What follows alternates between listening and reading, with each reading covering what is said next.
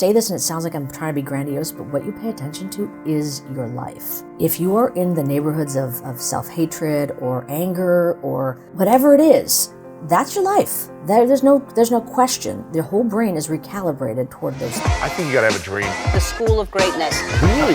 Yeah. Please welcome Lewis Howes. Saw on your website that it said research is showing that we are missing out on 50% of our lives because we are distracted.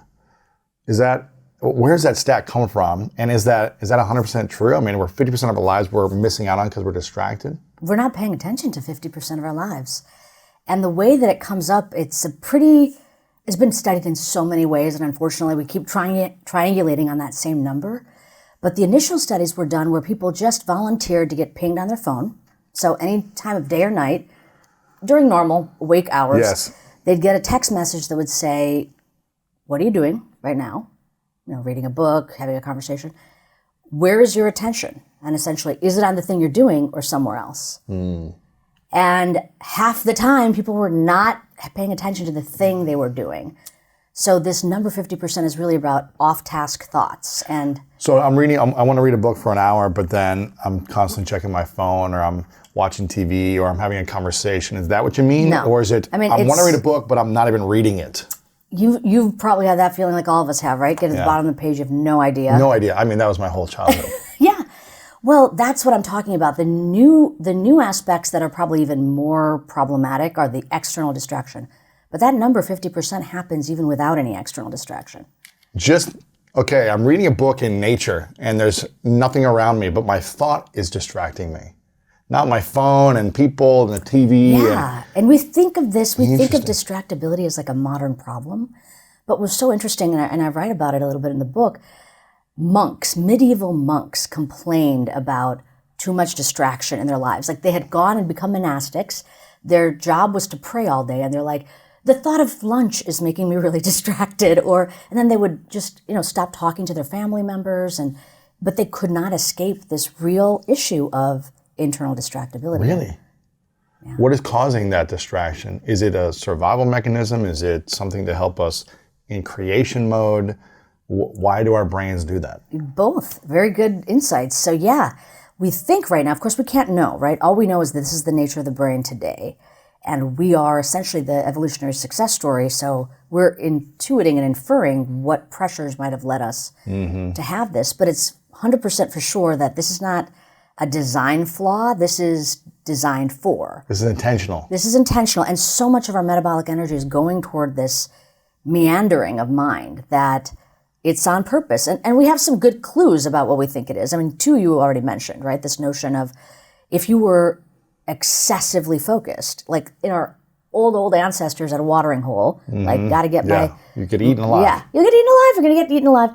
And then if we are needing to plan, if we are needing to reflect, we need to be able to move our attention around. There's more cutting edge views of what this might be that actually are beyond that it's actually potentially a way that we are able to code what's called episodic memories for events in our lives. Because oftentimes, if you now that we've talked about this number, if you're just sitting there and a random thought pops into your head, you might notice it's a replaying of something that's occurred. And that's at the neural level, that's what we think might be happening, is that essentially as we are experiencing things, we're encoding it, we're getting it into our memory. And then the way it turns from just experience to a hardened neural representation is we have a replay mechanism. It just kind of goes over and over again. Anything that's the slop, the things that vary from replay over replay, those kind of go away. And whatever it is that keeps consistently getting replayed is the thing that becomes the structural change that is long-term memory. Why do we have thoughts that replay in our mind over and over? Well, you mean why specific thoughts might get you're ruminating? Yeah, why do memories keep popping up in our mind from a week ago, years ago, decades ago? Why does it keep replaying? Well, the replaying is different than the fact, what I'm talking about, what I was just talking about a moment ago. What are you talking about there? What I was talking about a moment ago is just, it's a way for memory to even exist in our mind.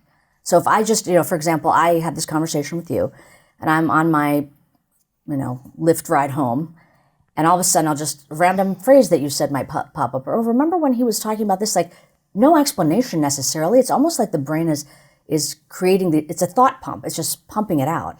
So the explanation for that is that in order to have memory created, because it's pretty fresh, we just experienced this interaction, in order for memory to actually be created so that tomorrow, the next day, even by this evening, I have a more hardened representation in my memory that I can call upon. That's all structural in some sense. The structures of the brain, the neural representations are hardening together in a specific way for me to have that memory representation. So I'm talking about the creation of memory, if that makes sense. That's the creation of memory. Yeah, what you're talking about I think is different. So we're here sitting here. Yeah.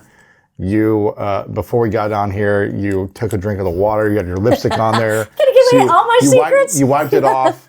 It's a moment. So my thought is pumping the memory because I see a little bit of stain still on there. Yeah. So my thought is pumping this, or my brain is pumping this memory, this image, right? Yeah. And it may do it a few times to help me hold on to the memory. Is that right? Right. It will do it potentially many times. We don't even know exactly how. This is just a pretty new idea of why mind wandering happens. But yes, it may be part of a memory creation or consolidation process. But I think what you were talking about is almost like rumination, like a thought comes up and you kind of can't. We sometimes call this attentional rubbernecking. Attentional rubbernecking. What does that mean? Like you're driving down the road and you're like, you can't kind of help see the whatever traffic accident that's happened. Oh, okay. So it's that idea that our attention just gets yanked by certain mental content. Why is that? Well, there's a lot of reasons that we think that happens. And it seems like the more tragic the event, the more we reflect on. We either shut down and block it and forget memories, like the brain seems to like protect yourself by not remembering, or you're constantly ruminating on it. It's kind of what I hear.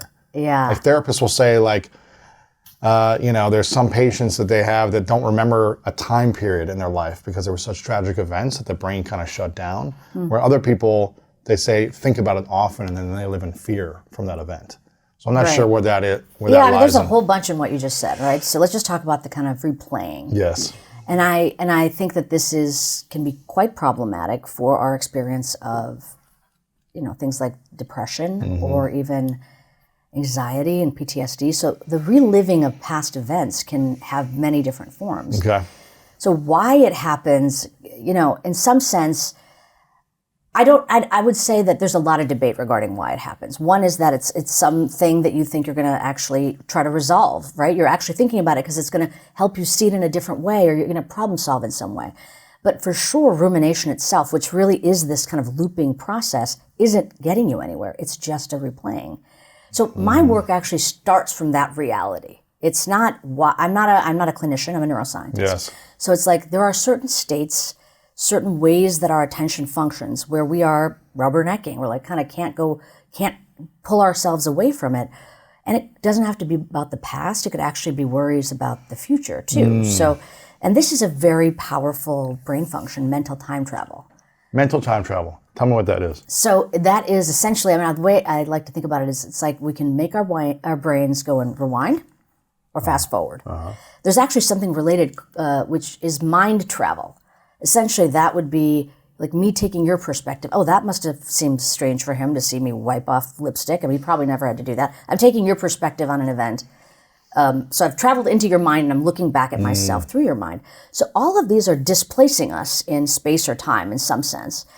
And it's so useful to be able to do this. In fact, our ability to reflect is how we learn, right? Yes. And our ability to think of the future is how we plan.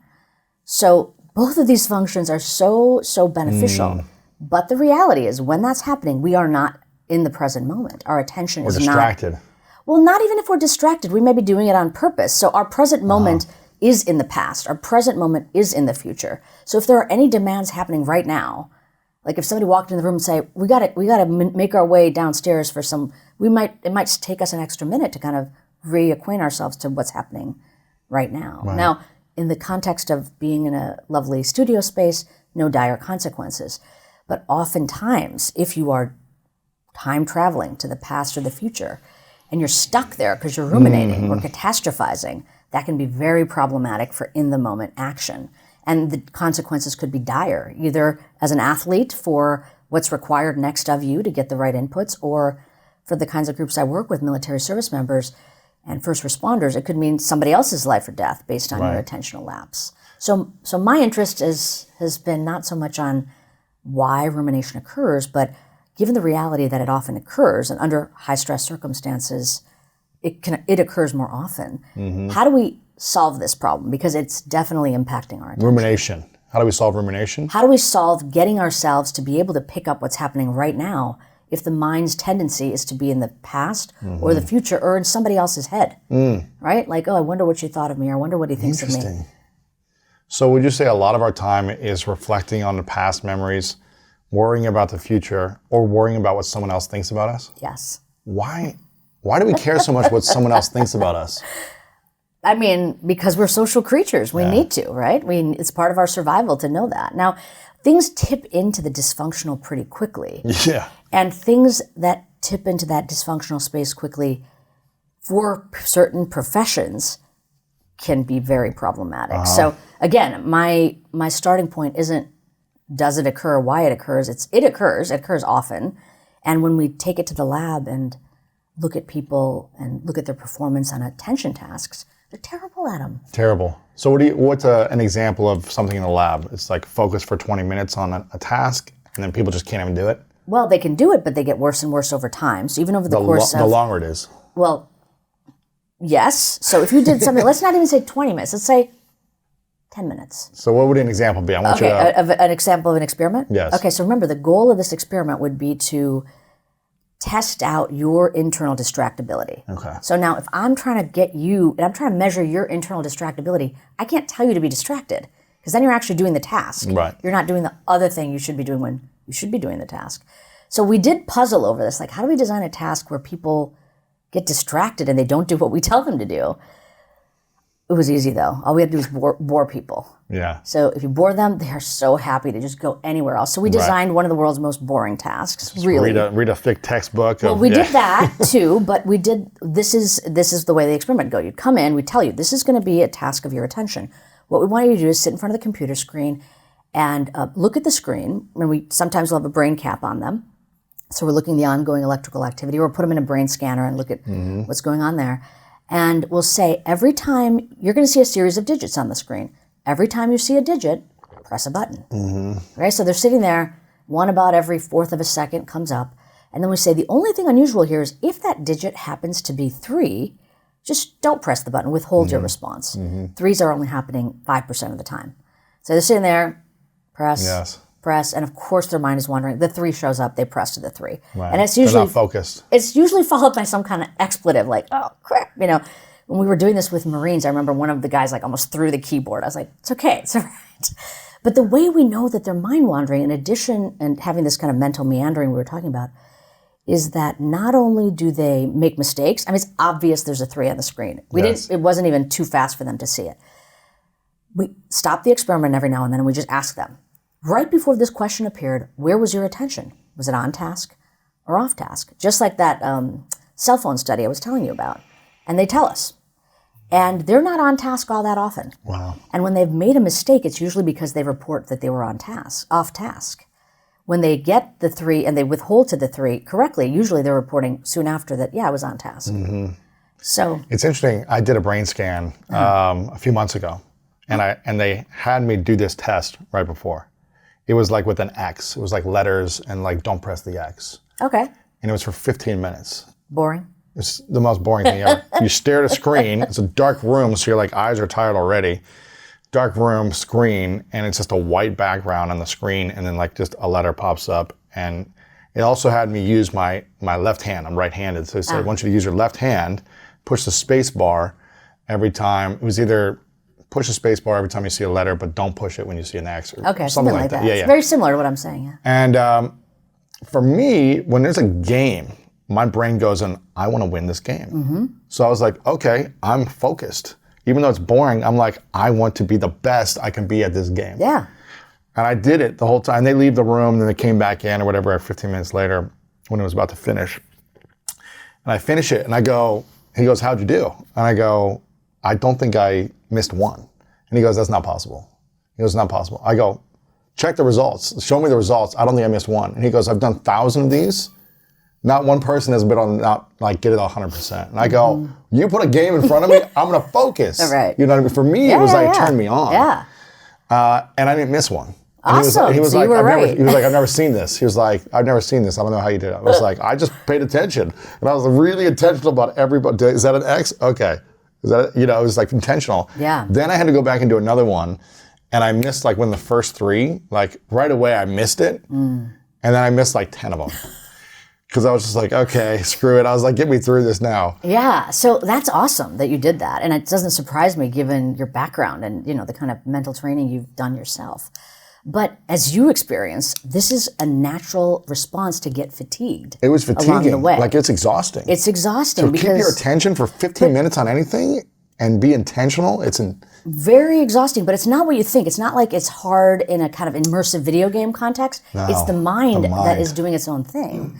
So now think about being like a baggage screener, right? And they're doing that all day long, or an air traffic controller, Oh, man. or somebody that's in a medical context that they're looking at monitoring equipment. Right. Like they can't mess up, but they're having the same challenges Dentists in and their mind. Where the chances of something going wrong are low, meaning the X is not that often, but you can't mess up and your mind will wander. So over the course of an experiment, what we find, and this is something that's been known forever, it's something called the vigilance decrement. Essentially, if you have a 10-minute, 15-minute study, from the beginning to the end, people are just worse. And people used to think that it's attention just getting exhausted, just like you felt. But what we noticed is that as performance is going down, mind wandering, this self-reported sense of, I was not on task, I was somewhere else, is actually increasing. So it's not attention. What is it then? So Well, if mind wandering is going up, it's Right. not like I'm getting more tired. It may feel like it's tired, but I think tiredness, fatigue it's like a feedback system that says, go do something else. Right. So tired may be the result of a set of processes, not the cause. And we always think of it as the cause, like, oh, I'm tired, I got to stop this, right? But it may be that the whole system is designed, and if you think about it, again, evolutionarily, opportunity costs. If you spend so much time doing something, you're missing out on other stuff. So you want to get in this search mode. What's going to make you want to search? The uncomfortable feeling of what you're doing right now. So the story is quite complicated, but what it tells us is that the brain is not getting tired per se, but it's on the lookout. It's always on the lookout for other things that it might do. So it's experienced as fatigue, but also this propensity, the way that it gets itself out of doing what it's doing is it's just internally going other places. It's like, oh, maybe I'll think about, the vacation I want to take, or what about that email that I sent? Did I really? So it is constantly journeying. It's what its nature is. So is there a way to train the mind to have more attention and focus? I wouldn't be here if I didn't think there was. So most of my career, and I started studying attention when I was an undergrad at your favorite place, University of Michigan. That school up north? Yeah. So I started very early on, and for most of my early career, I was just interested in how it works. How do you make it work? How does it work in the brain? What are the various neural components of it? Then what I started noticing, like early on when I was had my own lab, is, we know a lot about what makes it fail. So we know it's quite powerful, but it's also vulnerable. And the kinds of things that it's vulnerable to, the top 3 that we kept seeing are stress, threat, and poor mood. Stress, threat, and poor mood. Yes. Okay. So, and if you think about where your mind goes, often, it's that kind of terrain. It could be when it's not intentional, like you're not trying to plan for some big event. It defaults to these states, like you were saying before, rumination, catastrophizing. And knowing that attention is powerful but vulnerable, I became extremely interested in figuring out how do we train it? Like there must be a way we can train it. Neuroplasticity and the growth of new neurons, even in the adult brain, was something that was coming out. We've known about neuroplasticity for a very long time, but the notion that you could train you could train the brain to be better, was new. Right. And so that's kind of where I kind of took it upon myself as a mission to figure out how can we do this. So we tried lots of things. We tried positive psychology. We tried these high-tech light and sound devices, like you were talking about before, this brain gym, some ways we could play computer games that none of it was reliably working. We were still getting this kind of consistent vulnerability to distraction that would occur. And then I did something that I never thought I would do. I was actually probably the world's biggest skeptic regarding this. Meditation. We tried mindfulness meditation. Why do all roads lead back to meditation? Isn't that funny? But at this time, remember, this is like the early 2000s. It was not a thing. I never would think in a million years at that moment, like I'd be talking to somebody on a very popular platform that knows about this term. Like it was this very odd thing. I remember the first time one of my senior colleagues mentioned it. It was like in the context of this big lecture. And he basically showed this brain image of like a brain that he had induced in his lab to be in a positive mood. And then one like that was positive psychology, you mean? No, like, yeah, but think really, positive thoughts or? He did that, but it was really basically get in a scanner and think about happy memories, listen to happy music, like just in the state of positivity. An environment of positivity. For just the period of time that they were getting the brain image. Then he did the same thing for the negative brain.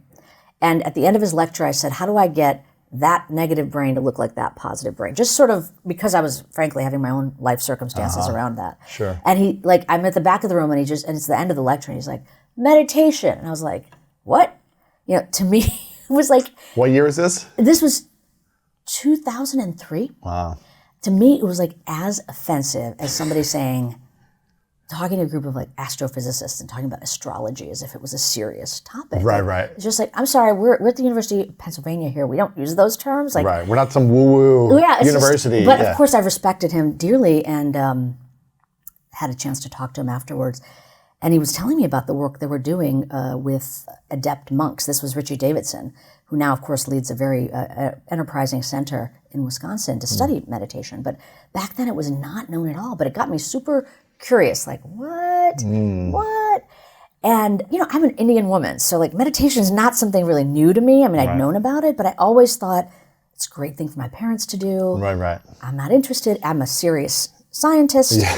I'll wait, I'll wait to see what the science has to say about any of that. I'll just, but his use of that term made me at least want to explore it personally to begin with, because happened to be having my own.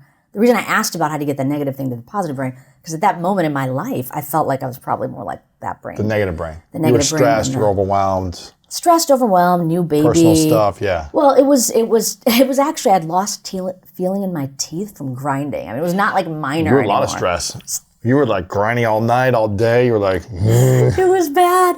And I'm like, wow. I gotta shake this. And the worst part wasn't so much the physical pain. I had no idea what was going on physically.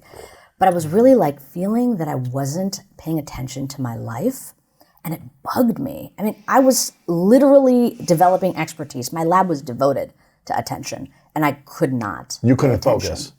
That's all you did, though, and you couldn't focus. I couldn't keep my head in the game. And so when he said that, I was like, well, I'm going to check it out. So I go literally to the Penn bookstore and buy a book.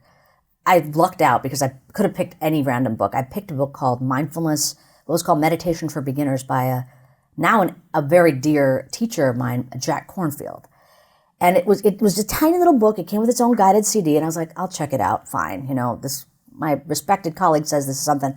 So I start doing this. And Jack Kornfield or Jack Canfield? Jack Kornfield. Kornfield, okay, because there's a Jack Canfield as well. Oh yeah, no, this is Jack Kornfield, a longtime meditation teacher. Really one of the people responsible for bringing mindfulness to the West. So I lucked out that I picked that book. Okay. It had DVD or CD, so you're listening to it. So I listened to it, and I'm like, oh my goodness, all the instruction in this meditation thing, it's just all about attention. Pay attention to your breath. Your thought. Notice your mind wandering. Return it. I mean, it was such a simple yet elegant instruction. And what struck me is he is providing instruction of something that's been around for 2,500 years, but it's tapping into the exact brain system I happen to study in my lab. And after a few weeks, probably about a month and a half or so of doing this, I was like feeling completely transformed. Really? Which was so bizarre to me. Like I almost didn't believe that this was happening, but I could look at my spouse, I could be with my child, I could be more engaged in the lab, and the pressures and the strain hadn't changed at all externally, but I was a different person.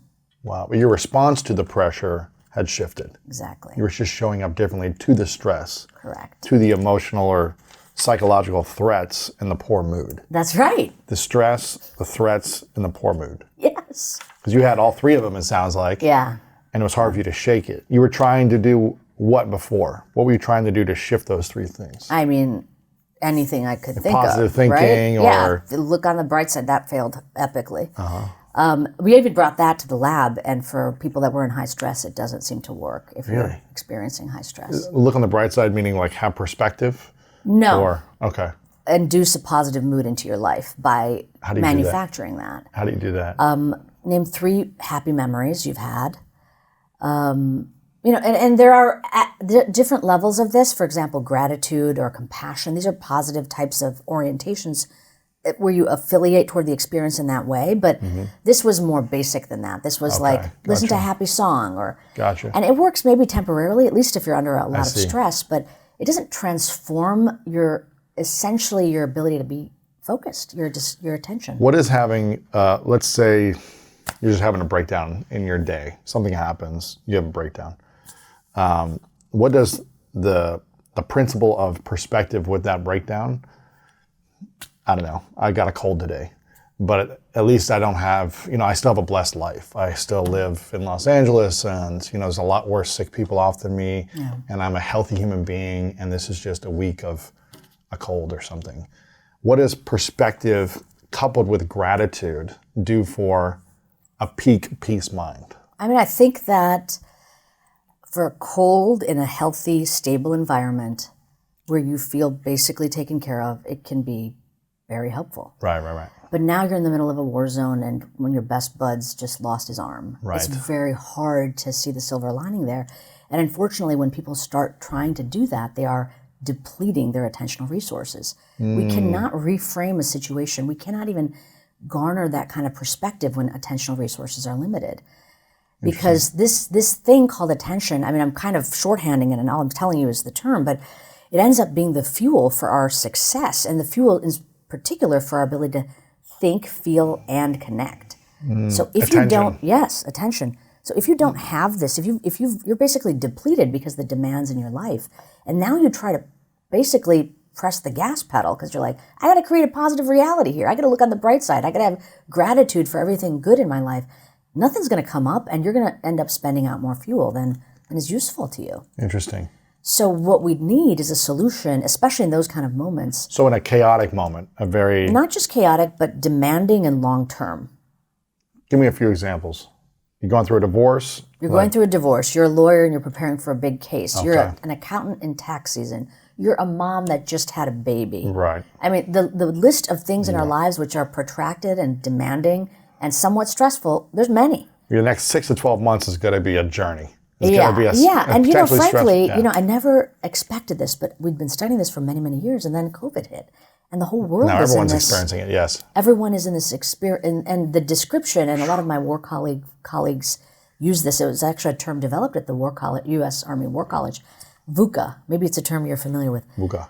V for volatile, U uncertain, C complex, and A ambiguous. So when the circumstances have those qualities, you're going to be your attention is going to be fully engaged and required, and it's going to actually probably get depleted more quickly. Your attention will be depleted if it has those things. Right. And if you're under stress and threat and poor mood, you're you can't focus on anything. That's right. But the worst part is that if now that system of attention, those are the factors that make it depleted.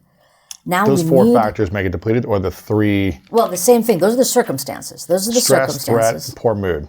Those circumstances, VUCA, creates a lot of stress, threat, and poor mood. Yes. So those are the circumstances, and the qualities of mind that appear are stress, threat, poor mood. You're such a good student.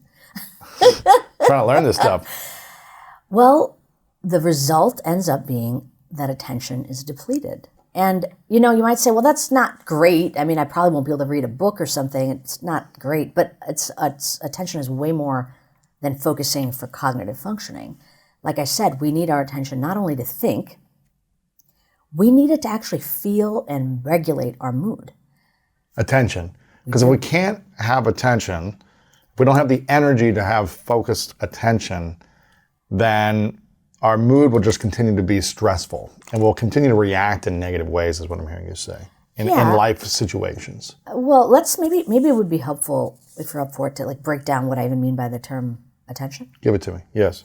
What is attention?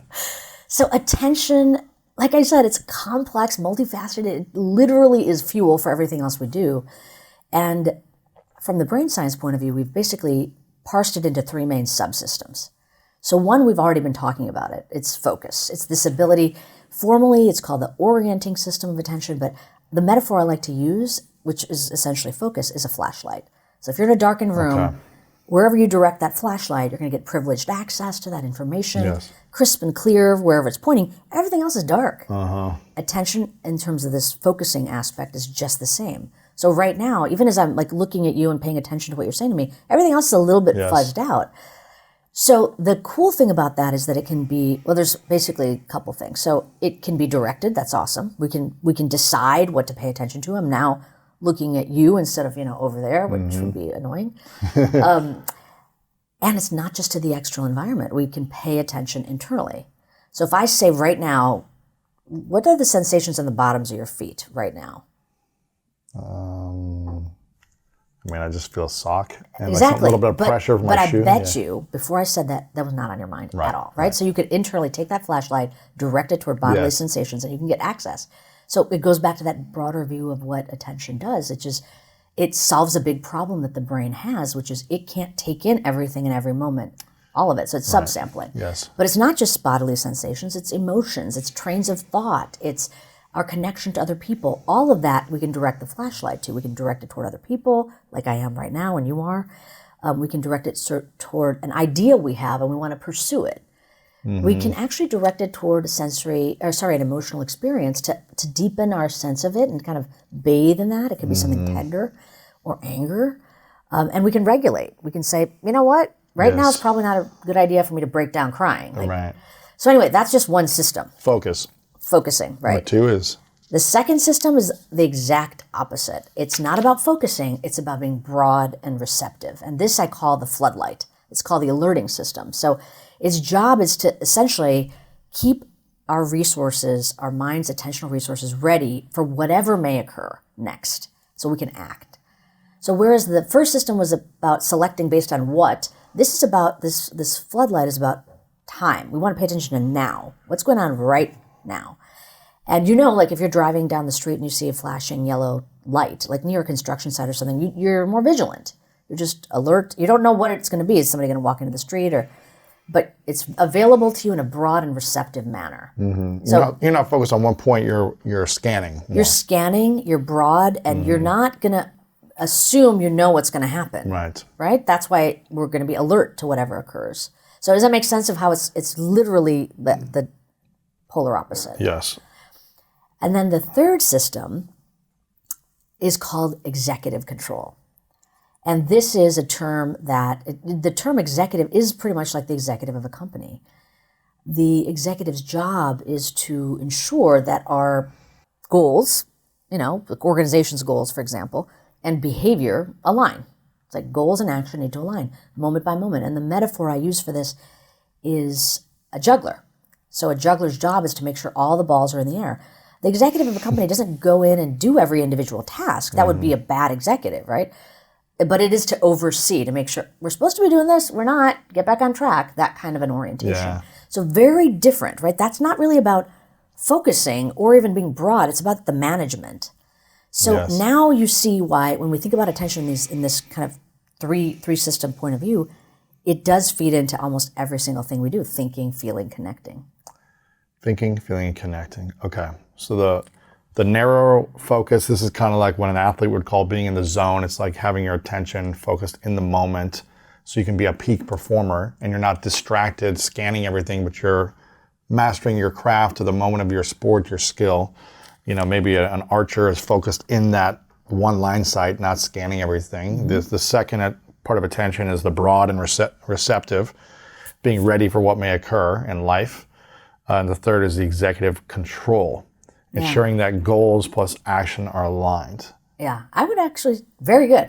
You got it. But I would say all three probably you need in the context of successful athletic performance and competition, right? So like as a football player, you need to scan the field as well and be focused. That's the exact same phrase. That's the phrase we use, right? Yes. It's like eye on the ball, but scan the field. It's like you need to have both.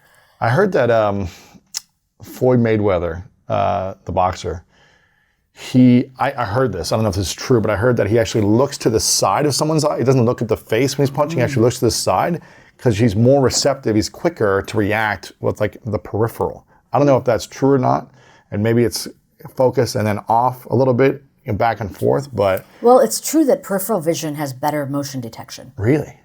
So what does that mean? You can see it faster or something? Yeah, your motion detection will be better. Really? Yeah. So if I'm looking here and you're over here, if you I'm move... like, it's going to be better than even if I do a slight movement while I'm in the center of your eyes. Just motion detection is, as you think about it evolutionarily, that makes sense, right? You want to see if something's scurrying toward you. On the side, because you see it and you're like, well, what is that? Interesting. Yeah, so that might be a different thing. Okay, gotcha. What have you learned then from your study with those in the military and executives and high-performing athletes? What have you learned by testing their attention on how they can improve? Is it through meditation alone? Is it through other factors? Well, it's funny. There's so many reasons, so many ways in which we can try to advantage our performance. My interest is going to be narrow because I study a particular thing. I study attention, and my interest is in seeing how we can preserve it. And oftentimes people talk about resilience, this capacity to bounce back. I'm not even interested in resilience. I'm interested in presilience. Preserving it. No, preserving it. Preventing the need for resilience in the first. It's like prior to being resilient, just keep everything steady.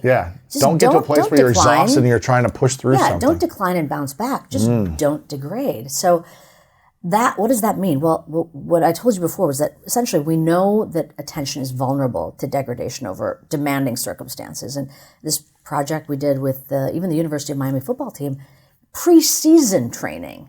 Tell me about it. The preseason period, their attention was worse at the end of a 4-week preseason interval than after, and now they got to go to camp to determine what their playing season is going to look like. So preseason before training camp. Before training camp, preseason training, right? Okay. So they're practicing every day. There's probably many of them were taking classes as well over the summer. Their attention was worse at the end of 4 weeks than before. Why? We just went over that. Stress, threat, poor mood, volatile, uncertain, complex, exhaustion, physical exhaustion, all of the factors that resulted in a protracted period of high demand. And by the way, it's not just elite athletes. We found this in undergrads as well. Of course. We know this, right? If you remember being an undergrad, like you feel worse when you're about to end the semester than at the beginning. Because you haven't slept for a semester. Well, that's part of it. Pulling all-nighters. But then what do you have to do at the end of the semester? You got a big test. Finals. Exactly. Finals. So you're not More advantaging pressure. advantaging yourself. Same thing with, by the way, pre-deployment soldiers. Oh, wow. So boot camp. Yeah, it's like, you're going to be getting ready to train. You're trying to, it's not even called... Trying to break people down. You're not trying to break people down. In fact, it's called readiness training. But it's not actually readying them in the attentional sense. They're depleted. Interesting. So that's the state of what things look like. So for us, our interest was in how can we provide training, just like a mental workout, mental conditioning, reps they can do every day on their own to keep their own attention in this buoyant, stable state instead of declining. So when you say, is it just meditation? Well, meditation itself, especially mindfulness meditation, is a kind of a world of its own. So I'd love to say a little bit more about that because, how you might define the term meditation may be quite different than the way I'm thinking about it. Sure. So just to kind of orient us. So first of all, even the term meditation, I'm still I don't know if I even want to say that word. All it means to me as a cognitive neuroscientist, as somebody who's interested in brain training, is engaging in certain kinds of practices with regularity to cultivate certain mental qualities. So it's from the world's wisdom traditions. People have been doing this for eons because there's an interest in having a certain way of making yourself, right? So whether that's being more compassionate or more loving or being more transcendent, or in the case of mindfulness training, more present-centered. So in my mind, and this is sort of the broad way that we think about mindfulness, it's mindfulness meditation. Mindfulness itself is a mental mode. It's a way of making the mind. Even before we talk about the meditation piece, just the state of being mindful. It's an orientation where you're paying attention to your present moment experience, or here and the now, without editorializing or reacting to it. Sure. So you're getting that raw data without a story on top of it. And we all want that. Who doesn't want that? Who doesn't want to go into an experience? A lot of stuff may go down, but you're like, this is the facts. This is what occurred. This is the data of the experience. And it doesn't have to be just objective. It could be subjective as well, but it's what transpired. Instead of the reason he walked down the hall and didn't look at me is because I'm just a terrible person and he doesn't even think I'm worthy of looking at, right? I'm putting a story on instead of, right. his eyes were just not toward me. That's the He wasn't facts. paying attention or whatever. He Yeah, was he thinking was about lost something in else. thought. But anyway, what I'm saying is with mindfulness, you'd say none of the stories matter, just the data. The data was he and I were walking in opposite directions. His eyes were not toward me as we passed each other. That's it. So if you could take experiences and actually hold them in that level without spinning on the story about it, that could be very useful. My training has been all about making every event neutral. And we give the events meaning, whether it could be a positive or negative meaning, I guess, or, it's like an event occurred. How do you want to respond to the event? Do you want to be stressed and overwhelmed and moody from it? Or do you want to see the data as it is, like you said, and then make a decision on how is this going to best serve the rest of my day or the rest of my life, by the story I tie to this event? Yeah, at least you're seeing the story as something that's constructed actively. Mm-hmm. So we're totally in agreement. Like what you just described, I would say, is you're taking a mindful orientation toward your experience. The problem is just having that mindset won't be enough. Okay. Because there's such a strong tendency, this 50% we started talking out about. Yeah. The default is simulate reality, make assumptions, conceptually elaborate, emotionally react, and mentally time travel. So we're up against a lot. Right? We want to be in the here and the now. We want to get the raw data, but everything about almost like our evolutionary pre-programming makes that really hard to do, which is why, just like every good athlete, you train for it. Yes. So what's the workout we could do to actually get ourselves to be more present-centered in this non-reactive, non-elaborative way? That's where mindfulness meditation comes in. Got it. That's where it was really it's like kind of a chocolate peanut butter moment, like, oh, I need this, and this has it. It's like, what is the opposite of a wandering and reactive mind? Oh, a mindful one. Well, how do you train for that? There's 2,500 years of practice that you can look at. So what we've essentially done is taken a lot of these wisdom tradition practices, primarily from the Buddhist traditions, and people have brought them into hospital settings, business settings, etc. My interest, which was the first time it had ever been done, is let's learn from all of that, and now let's bring it into the military context. Mm-hmm. And so when I started this work, like I said, it was new to me, but the notion of mindfulness-based stress reduction had been around by a dear friend and teacher, John Kabat-Zinn.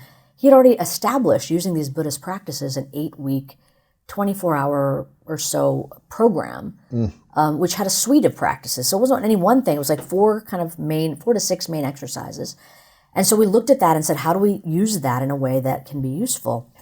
And just to give you an example of one of the practices, right? So one of the very simple practices, which when people say the term meditation, they probably think of this, but I want to connect the dots between how it relates to attention and why I thought it was an interesting thing.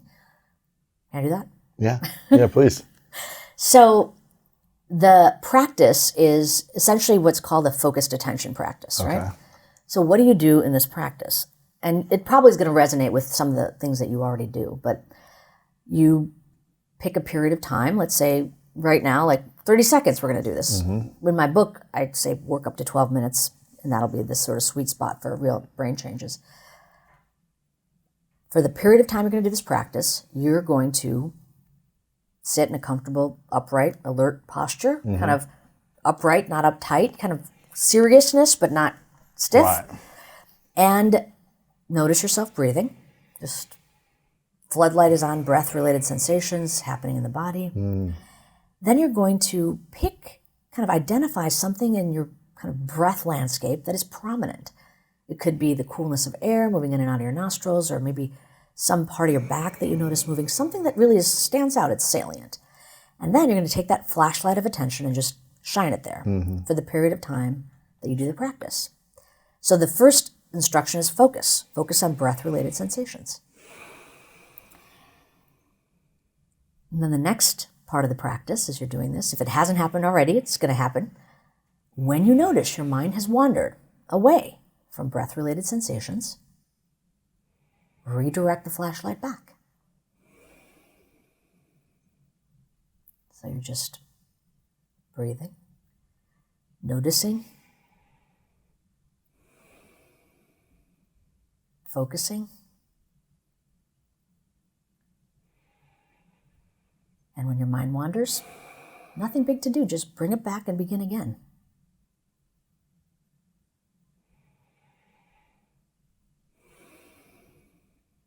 And that's it.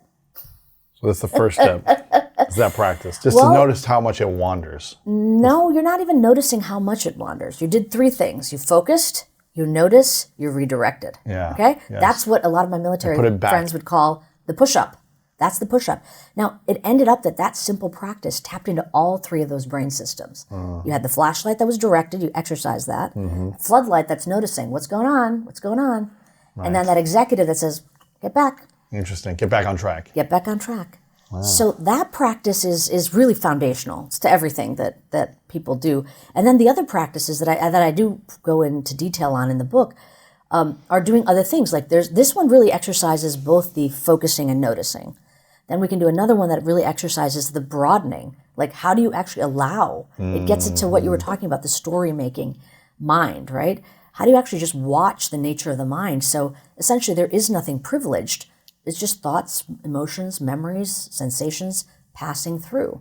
We don't orient our experience that way. Usually something happens, it's like, we're latching onto content and we're making something out of it. So how do you take that observational stance? And then we go on to other practices that kind of build on those. Gotcha. But you talk about a 12-minute mindfulness approach. So we do, yeah. So the whole program is essentially based on these early mindfulness-based stress reduction contexts. But mindfulness-based stress reduction, very powerful, 55 years of research now that have studied it.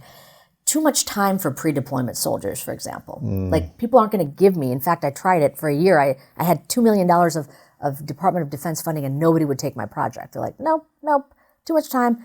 So one of the things I had to do was write a grant that basically said, how can we figure out what the minimum effective dose is?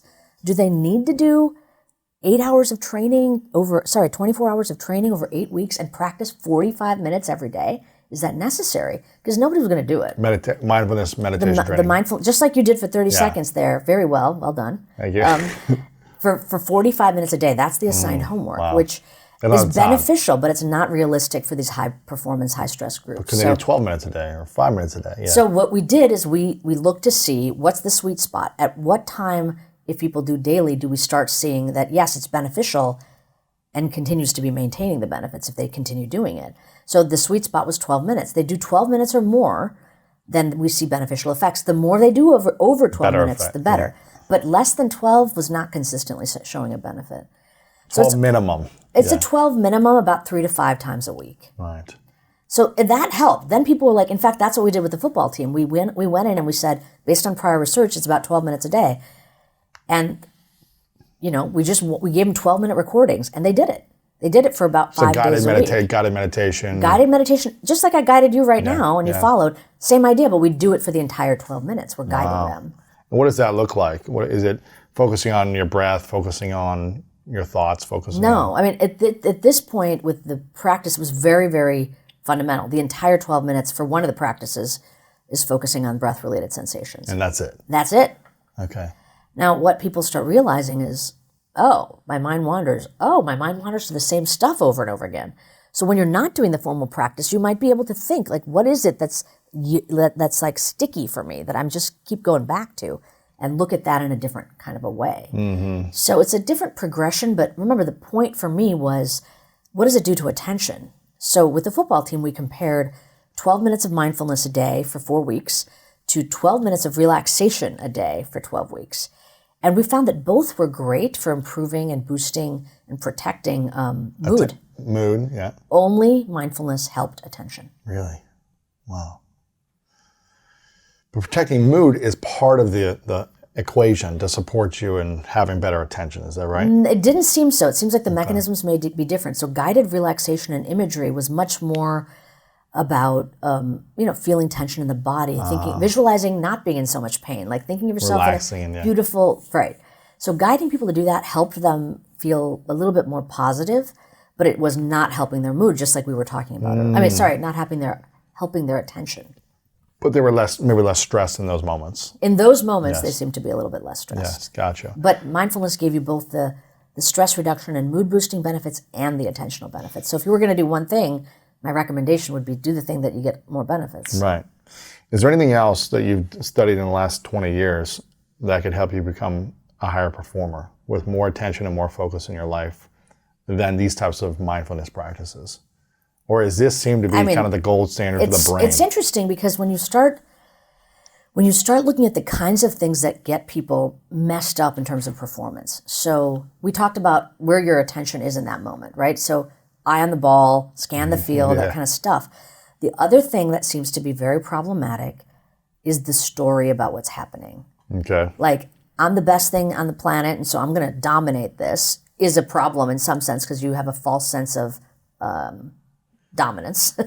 Or I just screwed up and I'm never going to recover from this. And so both of those storytelling aspects also seem to be a big problem for to hurt you. Really, if you think that like I'm the greatest in the world, or I suck and I'm never going to amount to anything, having those extremes. So is that an identity issue? It's like the way you shape your own identity about yourself? I mean, it may be, but what I'm talking about is how that shows up in the moment, on the playing field. Gotcha. Okay. Because if you go in with that kind of hubris, like, oh yeah, I got this, you are going to start limiting how much you are focusing and scanning because you've got a predisposition that there's no issue here. So you can't have that kind of already assumed success.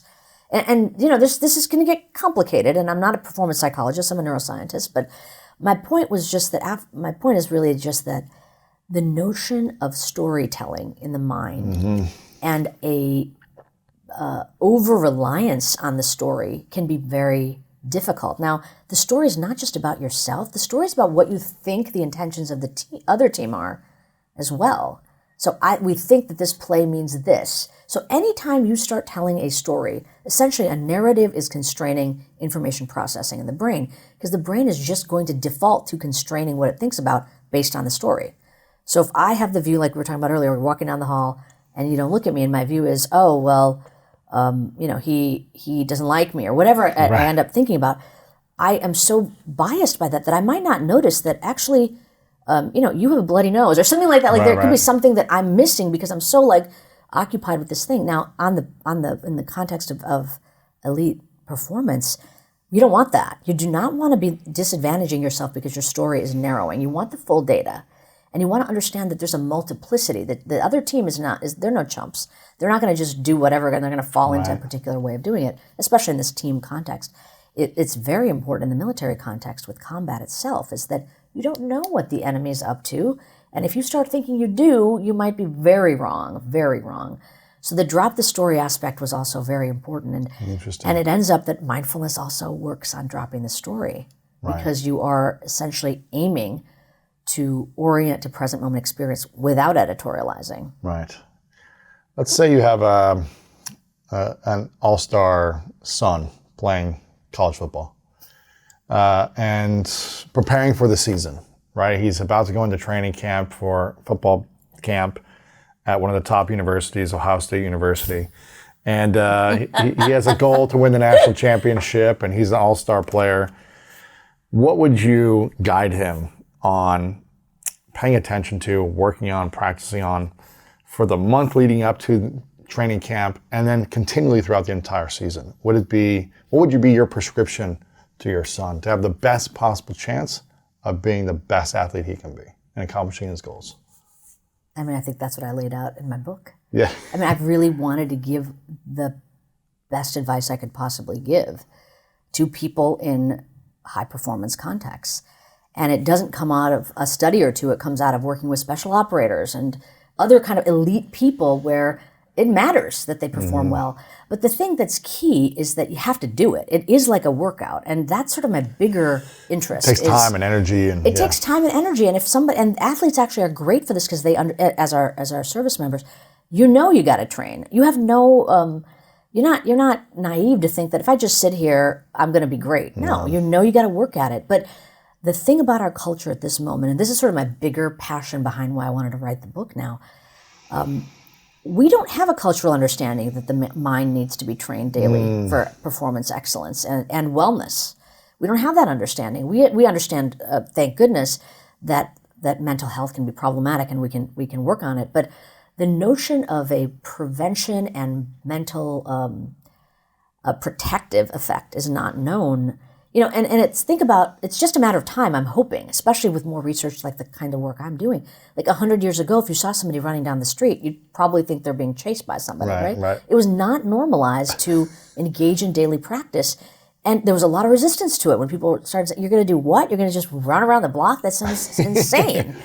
But we do it. And I want people to understand that everything in our lab is suggesting you got to do the same with the mind. Because you don't know when the next high stress interval is coming around. And we know what happens when that occurs. And for somebody in that kind of elite category, it's going to be demanding. In fact, that is the nature of what being elite means. It's the nature of what being a leader means, frankly, in any industry. You're not there because things are all chill. You're there because things are going to be very demanding and that only a few people can actually successfully maneuver through. And that's where there's risk and there's reward at being in that position. But advantage yourself by training your own mind. Advantage yourself to get the most data, to be on your own team. Oftentimes we're not on our own team. We're fighting ourselves. Yeah. Like we're in a battle internally, and that will definitely deplete your attention. How important is positive self-talk, like coaching to yourself internally, as opposed to like the negative talk? I mean, we mentioned this briefly about not being this, horrible naysayer to yourself and saying, I suck. But how actually important is that? I mean, in my mind, again, remember, this is not I'm not a performance psychologist, but what I would say is be aware that the positive self-talk is occurring. So be aware that it's not reality, that it's done for a particular purpose, because you want to have, it's like you were saying, a neutrality toward you. Like if you want to notice the positive self-talk because you want to notice the negative self-talk. Neither are real. They're both an overlay on top of reality. They're a story. They're a story. Yes. And part of the training that we can offer is to remind people to drop the story and to really distance themselves, to take a more bird's eye view toward what's occurring with more of a self-supported approach. Like, Amishi's feeling very negative right now, or, Amishi's feeling really on top of it right now. Both are things that are overlaid upon the actual occurrence of events. Yeah. I think that gives us much more flexibility and choice, because then we don't, the phrase is really, thoughts are not facts. Thoughts are not facts. But we forget that we are so fused with our thoughts that they drive everything we do. It's like if you think about the mind playing out a movie, we're in the movie. We forget we're watching a movie. Absolutely. Thoughts are not facts. That's good. What's the practice that you do personally? And are you as consistent as you want to be with your own mindfulness approach on a daily basis? Yeah, it's funny because I write about 12 minutes. I like to do more than that, but I feel good if I can at least get the 12 minutes in. And in the book, I lay out this sort of suite of practices. One category we haven't talked about yet, which is its own conversation. Maybe some other time we could have that conversation. It's called, essentially, we call them connection practices, but formally, from kind of the traditions, they're called loving kindness practices. Okay. And so this is when it sounds like you're going to say it sounds like I'm doing positive self-talk, but it's actually kind of different. So this is when we have a series of phrases that we repeat. Like a mantra? No, I'll tell you what they are in a minute.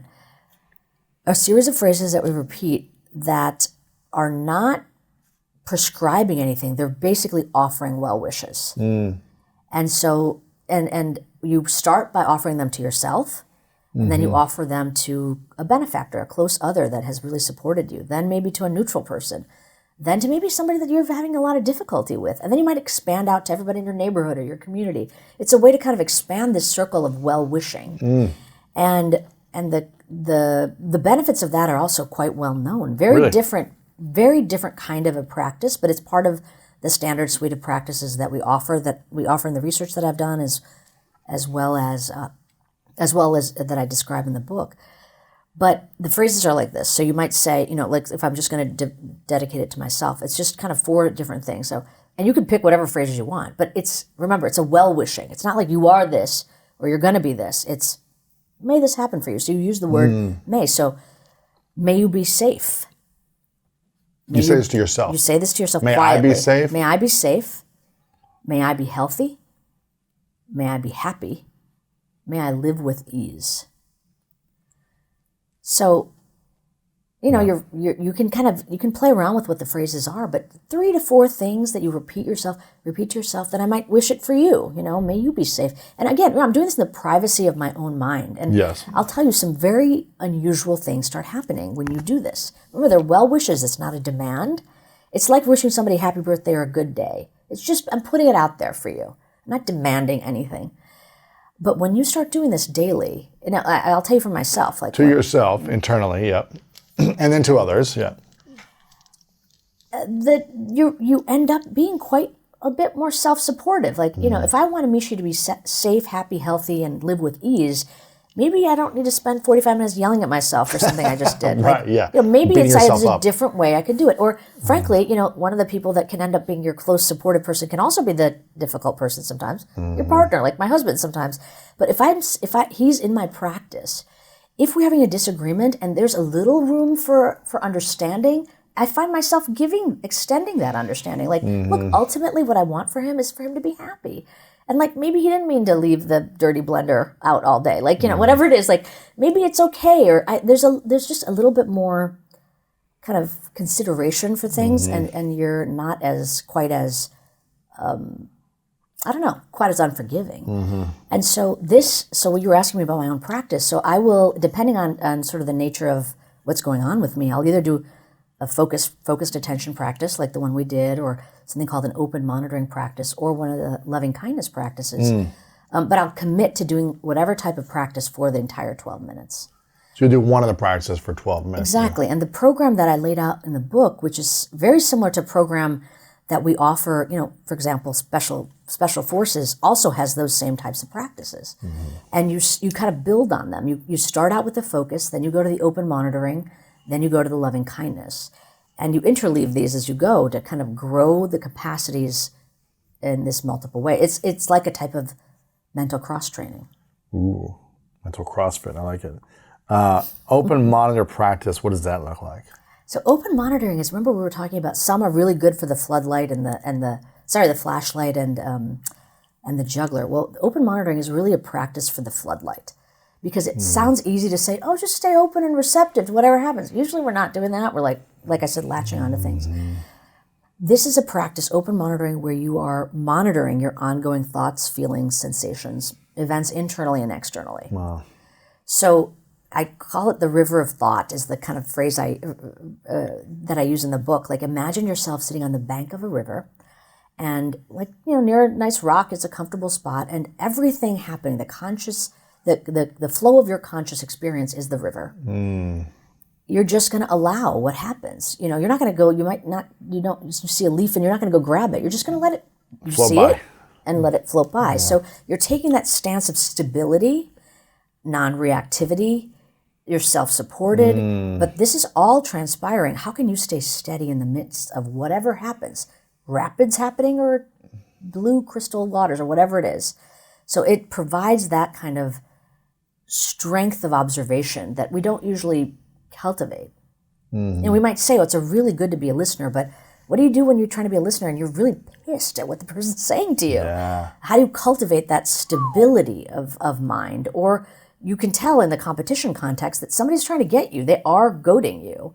How do you stay stable? So yes, that is occurring, and I'm still right here, sitting, watching. Steady, yeah. Steady, yeah. Wow. Okay, so one of those 3 practices you try to do every day. Yeah. With the may I be practice as well. Do you do that before or after?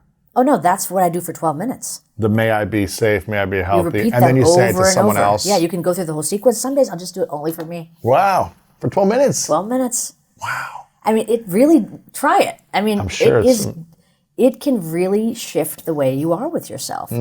Because again, you're almost acting like another person wishing it to you. Right? Yes. You're just like, you know, a loving partner or a parent might have that kind of well wishes toward their child, you know, or a tender, cared for person in your life. It feels good to have that wished upon you. Yes. And you can do it for yourself. That was the kind of cool part. That's And it's cool. not like hokey, or it sounds like it could be, but what's so funny about it is we did a big project with boot camp, essentially basic combat training. And for 4 weeks, we gave them a prescription of what they were supposed to do every day, following this program that my colleague Scott Rogers and I developed called Mindfulness-Based attention training, MBAT. Sounds tough.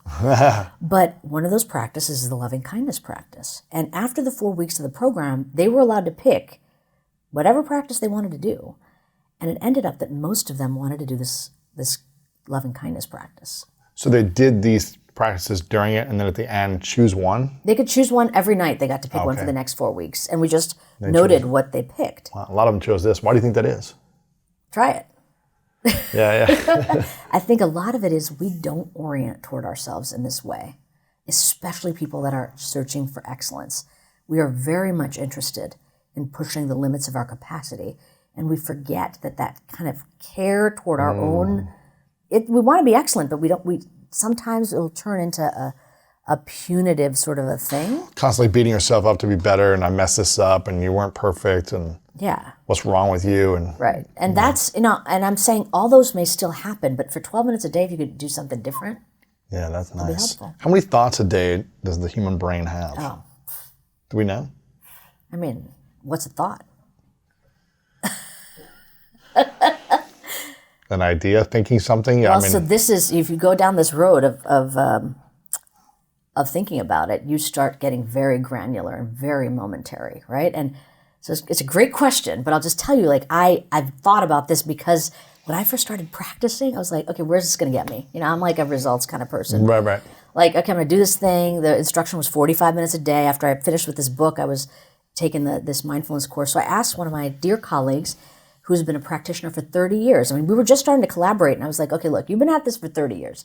Okay, how long do you go before you start mind wandering? I thought he was going to say like 20 minutes, an hour. I thought it was going to be some long thing. He's like 10 seconds, 20 seconds. 7 seconds. Wow, right away. Still, after 30 years. Yeah. And I was like, this sounds like a dumb thing to be doing that. If you can't, focus. But then we talked more, and it goes back to your question of what is a thought.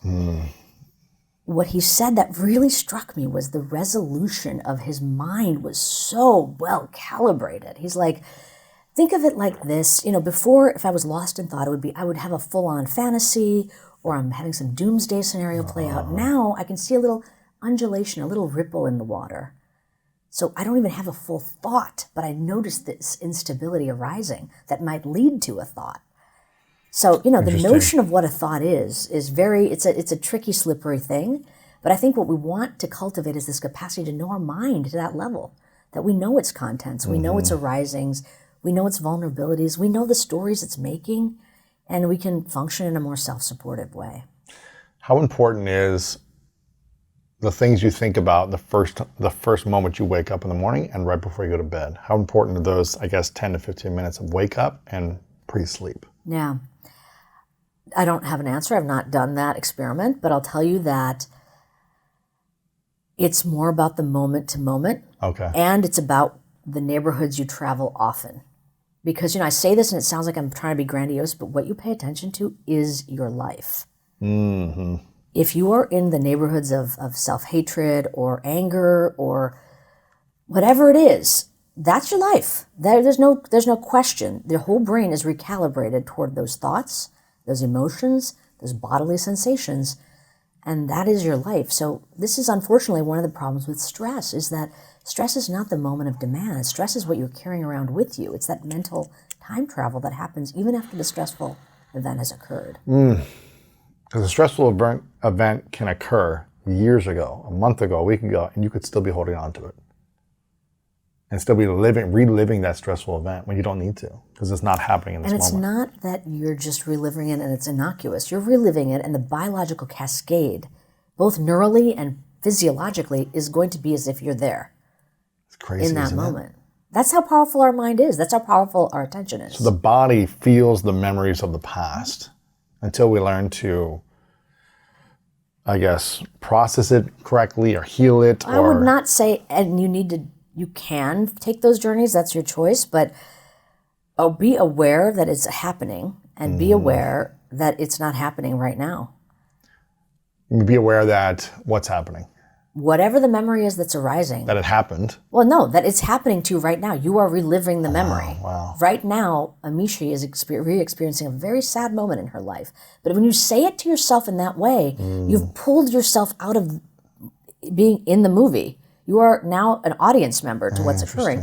As soon as you can get that distance, this is going to eventually fade away. What is that called in psychological terms? When you That process is Yeah. called decentering. decentering. Yeah. So you're not being in the moment, you're seeing yourself be in the moment. Correct. You are you're not the center, you're decentered. Your attention is over here watching the unfolding here. And communicating to yourself from a different space. Yeah.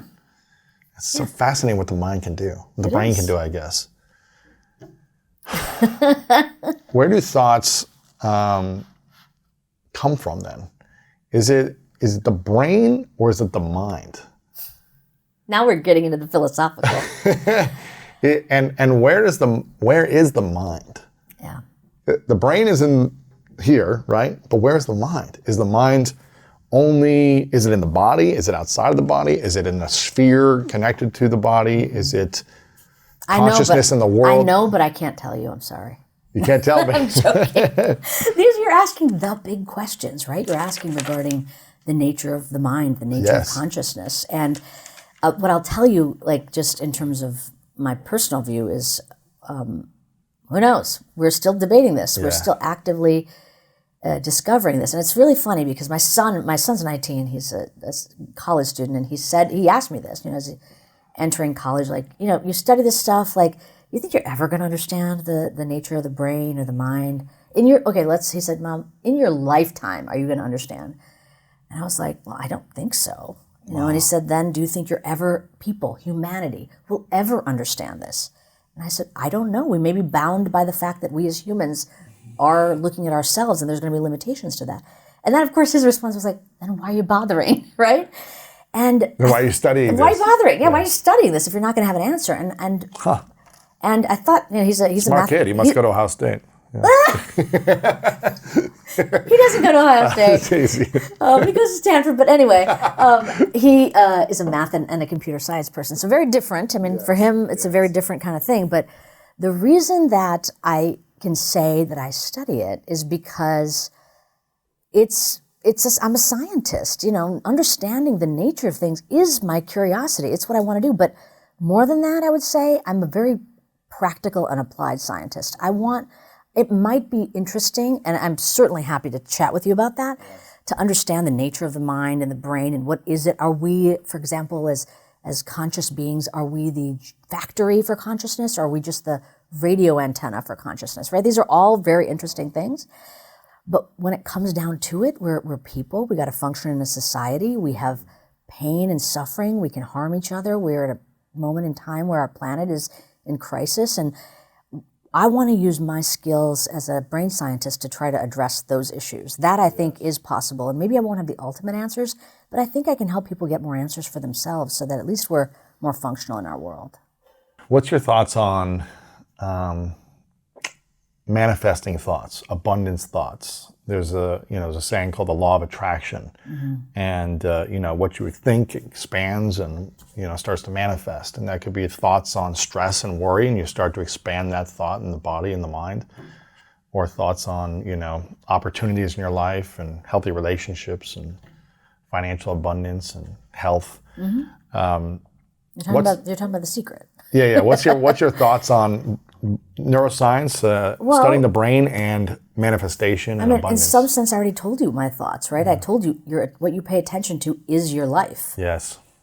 What you pay attention to is your life. Now, whether that translates into material possessions showing up, who knows? I mean, that's not been my experience, but whatever you want to do, go for it. But just be aware. And my biggest takeaway from all my work is pay attention to your attention. Like, actually pay attention to where you are paying attention. That is going to really help because then you've got a lot more options. You're not at the mercy of wherever the mind decides to go. So in terms of manifesting and all that, I mean, who knows? All I know is that at a more granular level, if your mind is occupied with certain content, that's your reality. Mm-hmm. You'll start to see it in places in your life, yeah. Yeah, which, maybe that's beneficial if it's done in the right way. And if you can cultivate it in that way, many of us under normal, real life, stressful circumstances don't have that. Yeah.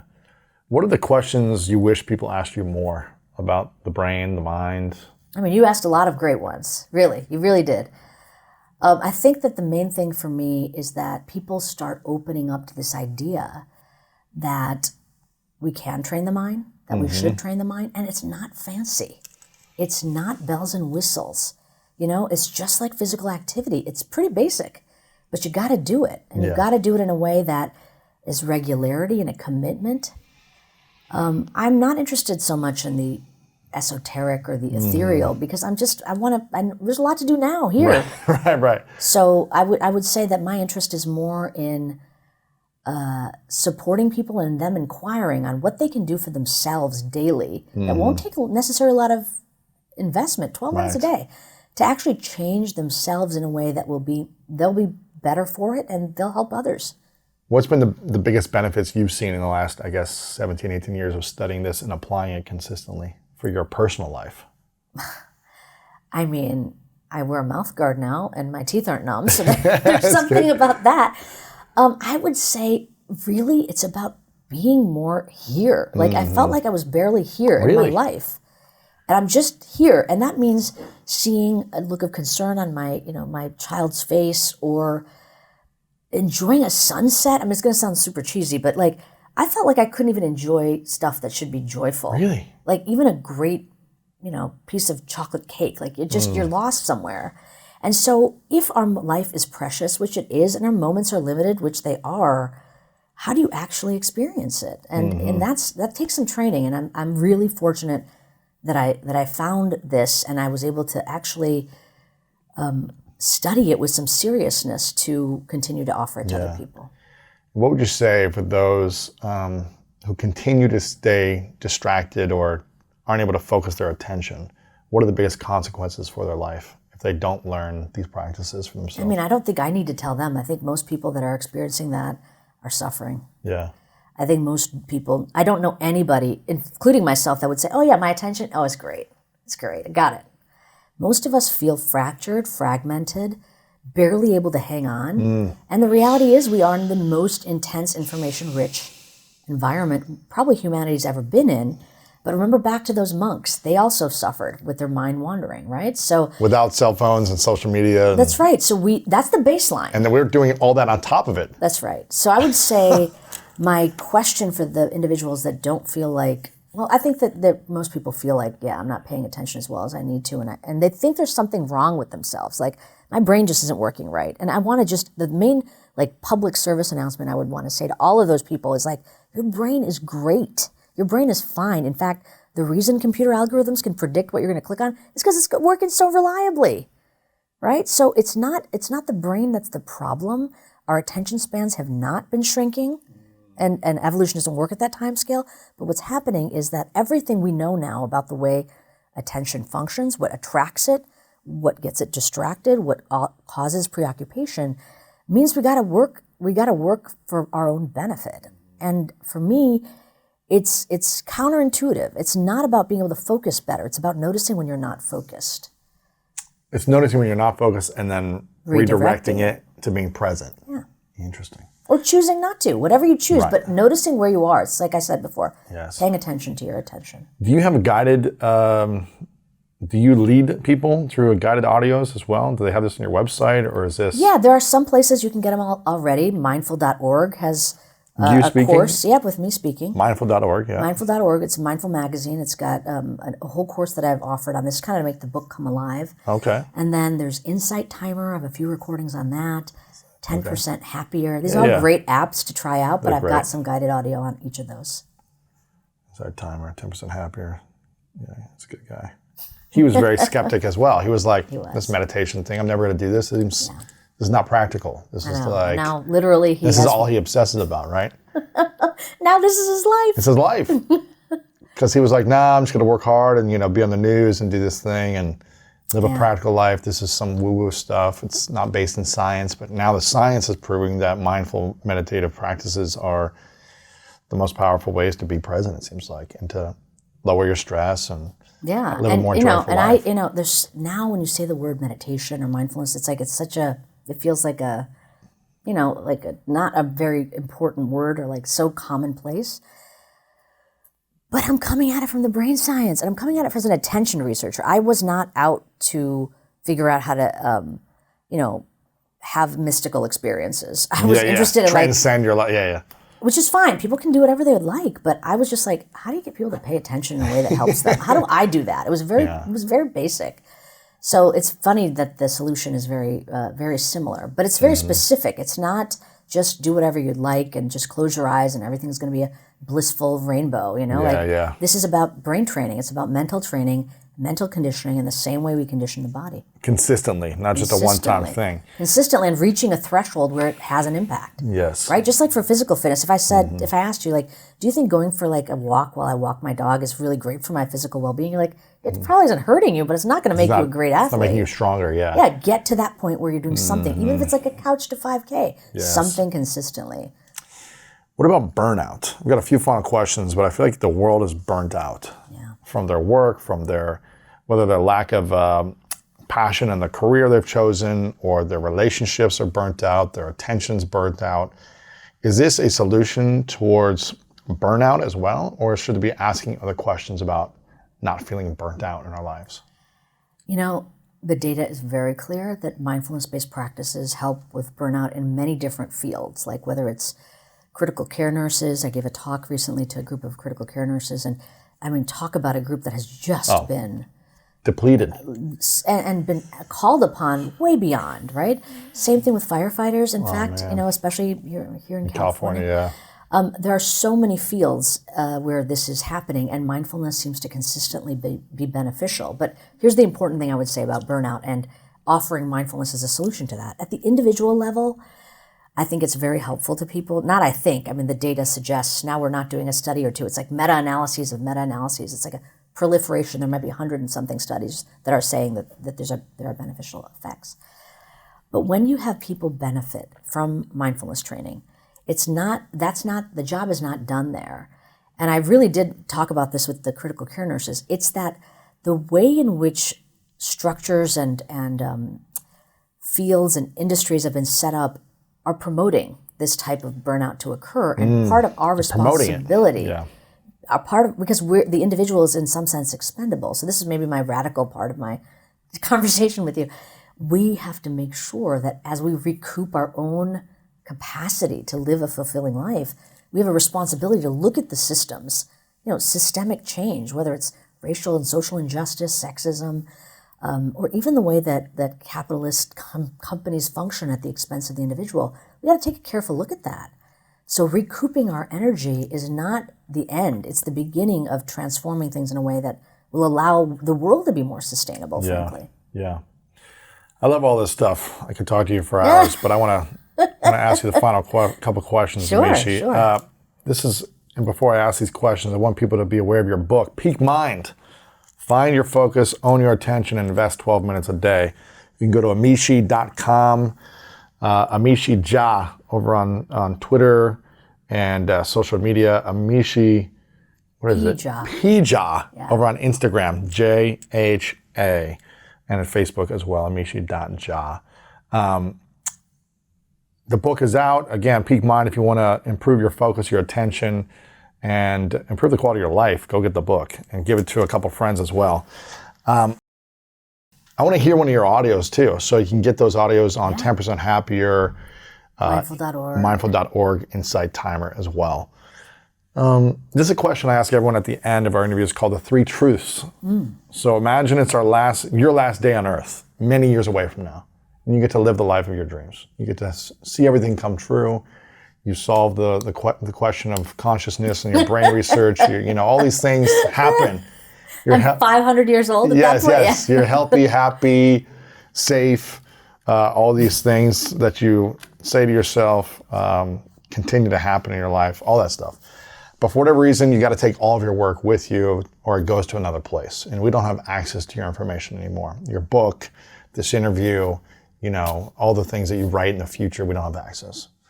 But you get to leave behind 3 things you know to be true, 3 lessons that you would share with the world. And this is all we would have to remember for our lives to help us improve the quality of our life.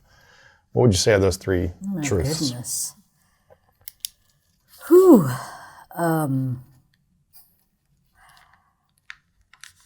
That is really tied to my own life, my own work, or just Anything at all. my Your understanding personal, of things. just your Yeah, life it's in not going to be general. all that original because I think that these really are truths, but everything is impermanent, and there's a preciousness to that impermanence. Be kind to each other. Be kind. And take care of your own mind. Simple is the best way, you know?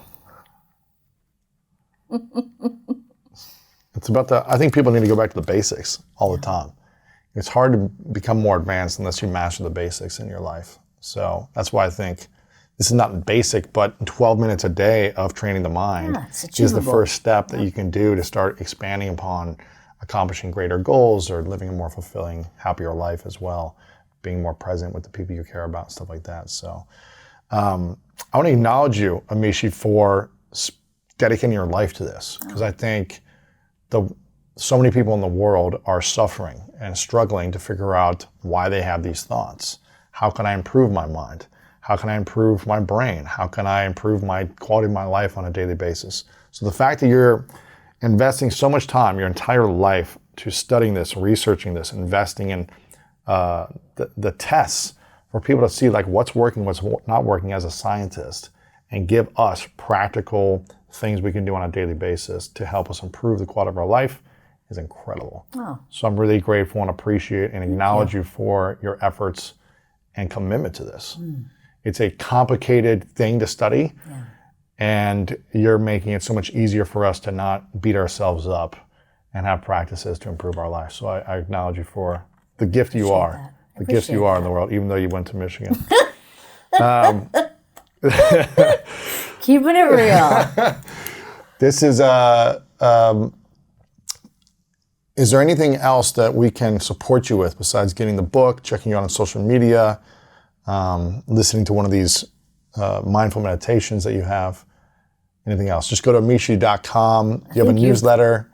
Yeah, they can sign subscribe up to- for it at, Okay, the, cool. at the website. Yeah. Awesome, cool. No, I think that the best way is just keep doing what you're doing because, you're providing people like me and many others that are interested in this work. You're giving us a platform to talk about it, and you're asking really great questions. And I'm not just trying to flatter you. I mean, I really mean it. It was a really fun conversation. I appreciate it.